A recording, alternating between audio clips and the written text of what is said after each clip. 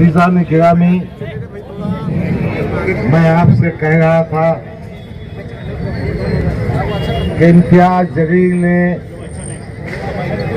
5 साल की आमदनी में और 5 साल की खासदागी में क्या काम किया।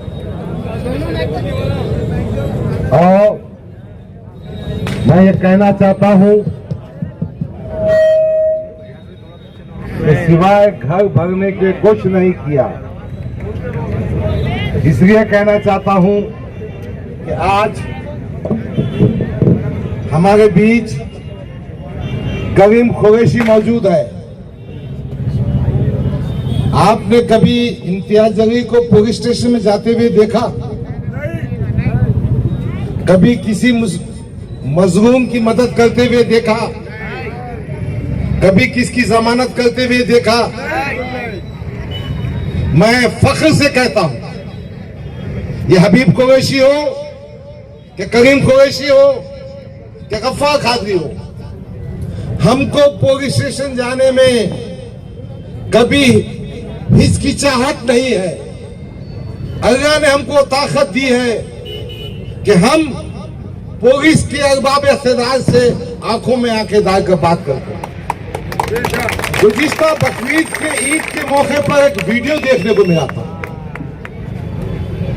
एक वीडियो ऐसा था कि इम्तियाज जलील साहब जिंसी पुलिस स्टेशन में पीआई से गुफ्तगू कर रहे हैं और उस वक्त एसीपी और डीसीपी मौजूद थे। बाद में मालूम हुआ कि वो उनके भांजे को छुड़ाने के वास्ते आए थे।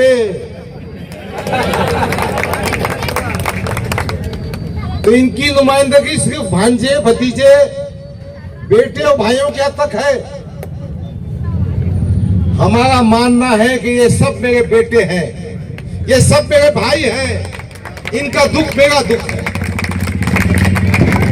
दोस्तों, साथियों, हमारे जो कारपोरेटर उनके पीछे जूते उठाते फिर गए ना, उनको भी सुनाना चाहता हूं। एक पार्लियामेंट के मेंबर को कई 100 कोटी का काम मिलता। जो कई 100 कोटी का काम होता है ना, उस पे कुछ पैसे कमाने को मिलते हैं। मैंने हमेशा कहा था कि मजलिस इत्तेहादुल मुस्लिमीन कम से कम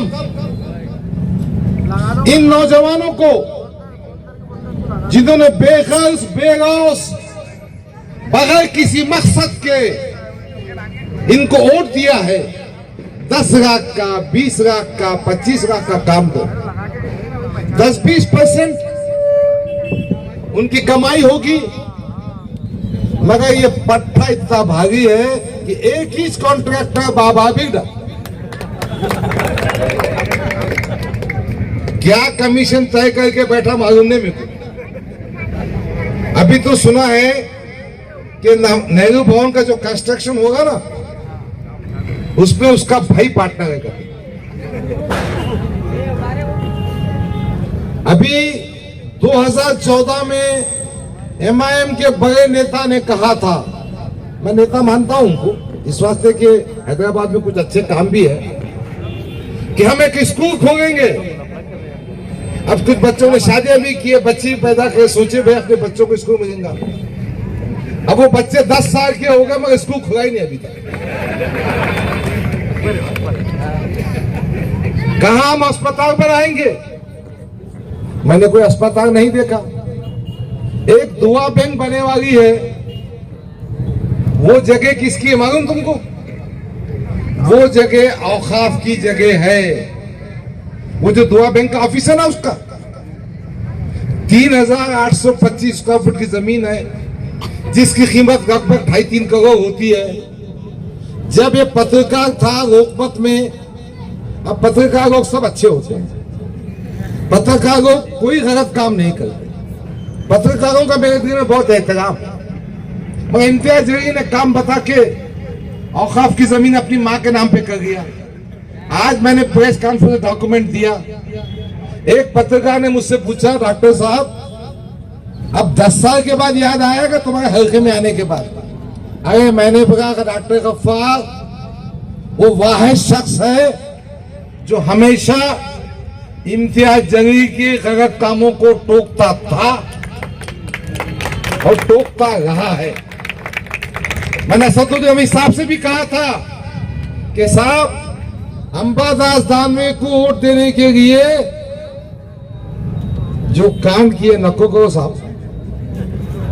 मैंने उस वक्त भी कहा था कि पार्लियामेंट में 5 सीटें मत खड़ा करो।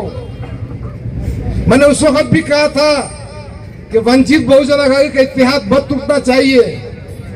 दोस्तों, मैं ये बात कहने के लिए आया हूं कि अब मैं उम्र के 67 साल में हूं। कितने साल जीऊंगा मैं कह नहीं सकता।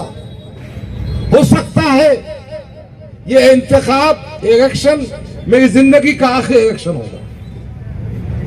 हो सकता है मैं आगे चुनाव लड़ नहीं सकूंगा। इसीलिए जब मैंने महसूस किया कि अवैसी साहब बात नहीं सुन रहे, उनके पास पहुंचा। मैंने 3 मिनट का वक्त मांगा, नहीं दिया गया। और आज मेरा दिल भर आता है कि आप हजारों की तादाद में यहां सामने मौजूद हैं। मैं आपका शुक्रगुजार हूं। अल्लाह की बारगाह में अल्लाह के शुक्र के बाद आपका शुक्र अदा करता हूं। बात इम्तियाज जलील की चल रही थी, दास्तान बहुत लंबी है। कुछ बातें सुनाया हूं और सुनाऊंगा, मगर सच बात तो यह है कि हम समाजवादी पार्टी के उम्मीदवार की हैसियत से अबू आसिम की क़ियादत में इस मशरक़ी हल्के से इसलिए चुनाव लड़ रहे हैं कि बीजेपी का सफाया किया जाए, अतुल सावे को शिकस्त दी जाए, नाथूराम गोडसे की औलाद को सबक सिखाया जाए और उन ताकतों को सबक सिखाया जाए जो कॉमन सिविल कोड की बात करते हैं। दोस्तों, साथियों, अभी हिंदुस्तान में कॉमन सिविल कोड ऑफिस नहीं हुआ, मगर उत्तराखंड में भारतीय जनता पार्टी सत्ता में है। उन्होंने अपनी स्टेट में यूनिफॉर्म सिविल कोड ऑफिस किया है। गफ्फार कादरी आपसे कहने के जमा हुआ है कि इन फिस्ताई ताकतों के खिलाफ मुझे अबू आसिम की क़ियादत पर एतमाद है। अबू आसिम आजमी के साथ खांधे से खांधा लगाकर यूनिफॉर्म सिविल कोड के मसले को निपटेंगे। महाराष्ट्र में हिजाब का मसला पैदा होता है। हमारी बेटियों को कैसा लिबास पहनना ये कहा जाता है। गांव रक्षक मुस्लिम नौजवानों की मॉब लिंचिंग करते हैं। बता दो, एमआईएम के 2 एमएलए थे, एक खासदार था, कहा छकवाले थे। कौन से मॉब लिंचिंग पे बात की, कौन से गांव रक्षक के खिलाफ बात की। मुझे खुशी है कि अल्लाह ताला जो फैसले करता अच्छे करता है। एक कि मैं अपनी पार्टी में काम करते करते अपने आप को अकेला महसूस कर रहा था, घुटन महसूस कर रहा था। हमारी रियासत की लीडरशिप देवेंद्र फडणवीस की गोद में बैठी हुई थी। हम अपने एजेंडे पे काम नहीं कर रहे थे। जब मैं अबू आसिम के पास गया, अबू आसिम आजमी ने आगे बढ़कर गले लगाया और बाजू बिठा कर कहा कि गफ्फार कादरी, अगर तुम्हारा साथ रहा तो हम इंसाफ की जंग करेंगे, हम मुसलमानों को हुकूक दिलाएंगे, हम हमारे इंसाफ पसंद हिंदू भाइयों की मदद करेंगे, आदिवासी पिछड़ी हुई जनता की खिदमत करेंगे। अजीजान गिरामी, ये इंतखाबात ये बात तय करने वाले हैं कि ये देश में सेकुलर ताकतें आएंगी कि फिस्ताई ताकतें आएंगी। मुझे पूरी उम्मीद है कि पार्लियामेंट के इंतखाबात में महाविकास आघाड़ी के 31 एमपी चुनकर आए। अल्लाह ने चाहा तो महाविकास अघाड़ी की हुकूमत बनेगी। महाविकास अघाड़ी की हुकूमत बनने के बाद समाजवादी पार्टी भी उसका हिस्सा है। हम हुकूमत से काम करके रह सकेंगे। हमको महाविकास अघाड़ी का हिस्सा बनने के बाद तरक्कियाती काम भी करना है। मेरे पास मेरे एजेंडे में मुसलमानों के दो अहम मसाइल, एक है औकाफी जायदाद की हिफाजत, उनका तहफ्फुज, उसका फायदा गरीबों, यतीमों और बेकसों तक पहुंचना। दूसरा मसला है मुसलमानों को रिजर्वेशन मुहैया होना। और तीसरी बात यह है कि फिरका परस्तों की चड्डी को ढीला कर, बहुत पक पक कर रहे, जो मुंह को आया बोल रहे। ये काम सियासी ताकत के जरिए हो सकता है। ये काम इख्तिदार के कॉरिडोर से पूरा हो सकता है। तो मैं आपके पास ये कहने के लिए आया हूं, हमको ताकत दो, हम इन मकासद को पूरा करेंगे। एक बात और कहना चाहता हूं, मैंने एमआईएम के दरवाजे बंद होने के बाद कांग्रेस पार्टी के टिकट की कोशिश की। इम्तियाज जलील साहब और सुनते हैं कि रेवंत रेड्डी तेलंगाना के चीफ मिनिस्टर और कुछ लोग बोलते असद भाई, सब ने कोशिश की है कि गफ्फार खादी को टिकट ना मिले। उन्होंने ब्लैकमेल किया, अगर गफ्फार खादी को टिकट देंगे तो हम नांदेड़ से लोकसभा का चुनाव लड़ेंगे। आपने देखा ना, कभी कभी उसको हुक्की उठती, ऐसा नशा आता ना वो। मैं बंबई जाऊंगा, मैं नांदेड़ जाऊंगा, मैं वजहपुर चुनाव लड़ूंगा। वो हुक्की इस वास्ते उठती कि बीजेपी को जरा प्रेशर देके मार वसूल अल्हम्दुलिल्लाह मोदी जेब में दाने करें। मगर चलो कांग्रेस का टिकट नहीं मिला। मैंने अबू आसिम आजमी को सुबह फोन किया। अबू आसिम आजमी ने क्या, गफ्फार भी कहा है, तुम जल्दी आ जाओ। उन्होंने मुझे ये भी फॉर्म दिया। सच बात तो यह है कि महाविकास अघाड़ी का हिस्सा होने के बावजूद भी मशरकी हल्के में कांग्रेस का उम्मीदवार भी है। तुतारी जो शरद पवार की है उसका भी उम्मीदवार है। उद्धव बाला साहब ठाकरे के राजू वैद्य भी है और महाविकास का एक हिस्सा मैं भी हूं। मगर मैं पूरी ताकत से चुनाव लड़ूंगा और फ्रेंडली फाइट भी हो सकती है। अजीजा ने गिरामी, अब दिवाली का मौसम भी खत्म होने को आया।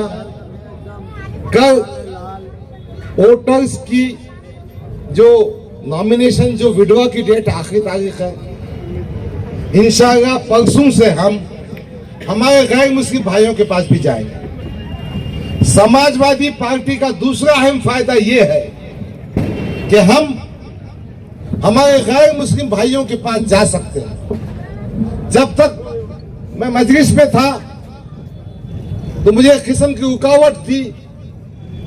मेरे गैर मुस्लिम दोस्त मुझसे कहा करते थे, डॉक्टर तू अच्छा है मगर तेरी पार्टी हमको नहीं चलती। मगर अब मैं समझता हूं समाजवादी पार्टी के जरिए हम हमारे गैर मुस्लिम इंसाफ पसंद हिंदुओं तक, दलित भाइयों तक, ओबीसी तक पहुंच सकेंगे। अबू आसिम आजमी साहब आएंगे। शेरवानियों की फिक्र मत करो, हमारी बहन काफी है। इकरा हुसैन आएगी, आपकी बेटी और मेरी बहन इकरा हुसैन आएगी। वो आपके बीच में कम से कम रोड शो और एक स्पीच करेगी। आज समाजवादी पार्टी हिंदुस्तान की तीसरी बड़ी पार्टी है। पार्लियामेंट में उसके 37 एमपी है, 125 एमएलए है, राज्यसभा में 8 मेंबर ऑफ पार्लियामेंट है। इतनी बड़ी ताकत के साथ हम आपकी खिदमत ज्यादा बेहतर अंदाज में कर सकेंगे। आपको एक बात कहना चाहता हूं कि जब MIM ने मेरा दरवाजा बंद किया तो मैंने महसूस किया कि बेपनाह मोहब्बत, बेपनाह हमदर्दी, बेपनाह सिंपैथी मेरे साथ में है। लोग इम्तियाज जलील को नापसंद करते हैं।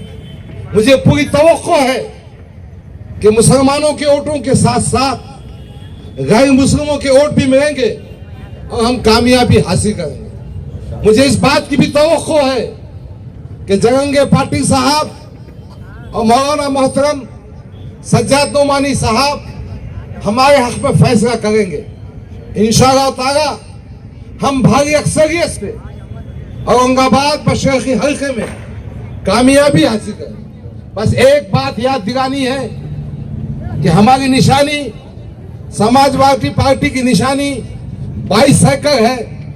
20 तारीख के दिन बहुत जिम्मेदारी से इसी जज्बे के साथ सुबह की फजर की नमाज की अदा कीजिए, पोलिंग बूथ पहुंचिए, अपना वोट दीजिए, अपने अफराद खानदान का वोट दीजिए।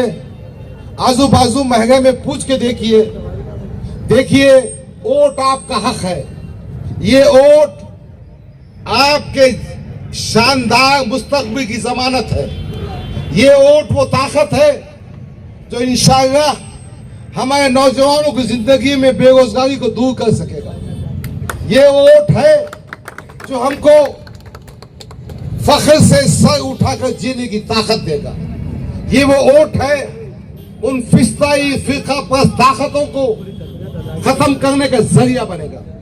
आइए एक बार फिर मैं आपसे गुजारिश करता हूं, फर्ज बंदाना अमीर करता हूं कि अपने इस भाई को वोट देकर कामयाब करो, जिसकी इंसानी शरकत है। शुक्रिया, खुदा हाफिज। अब इस बीच हमारे बीच क्या भाई हम करते आए क्यों? करीम भाई का तो भाषण सुनना मेरे को भी है। हमारा भाई ज्यादा नहीं छक्के मारता, सिर्फ छक्के ज्यादा लंबे गन नहीं बनाता, वो छक्के मारता है। पर हाँ, मैं अब वक्त ज़ाया किए बगैर मोहतरम करीम कुरैशी साहब से गुजारिश करता हूं कि वो आपको मुखातिब करें।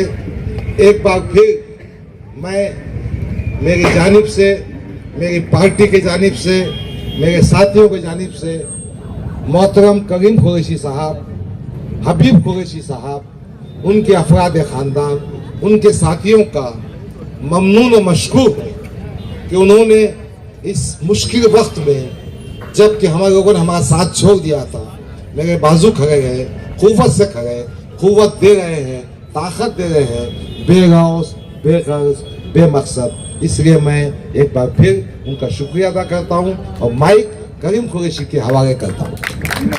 भाई, हमारे डॉक्टर साहब ने अभी जो जितने भी बातें बताए थे, उनके साथ भी धोखा हुआ और मेरे साथ भी बहुत बड़ा धोखा हुआ।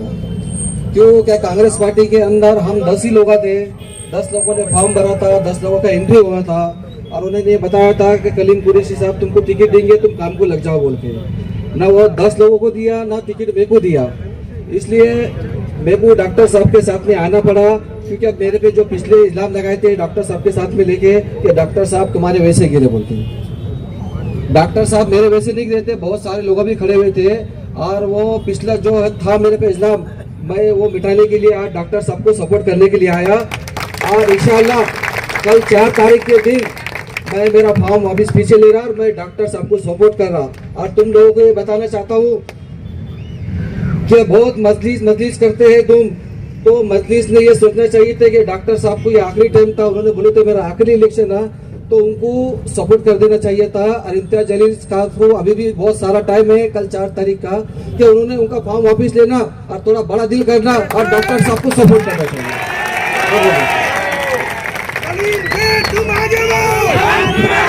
दिल्ली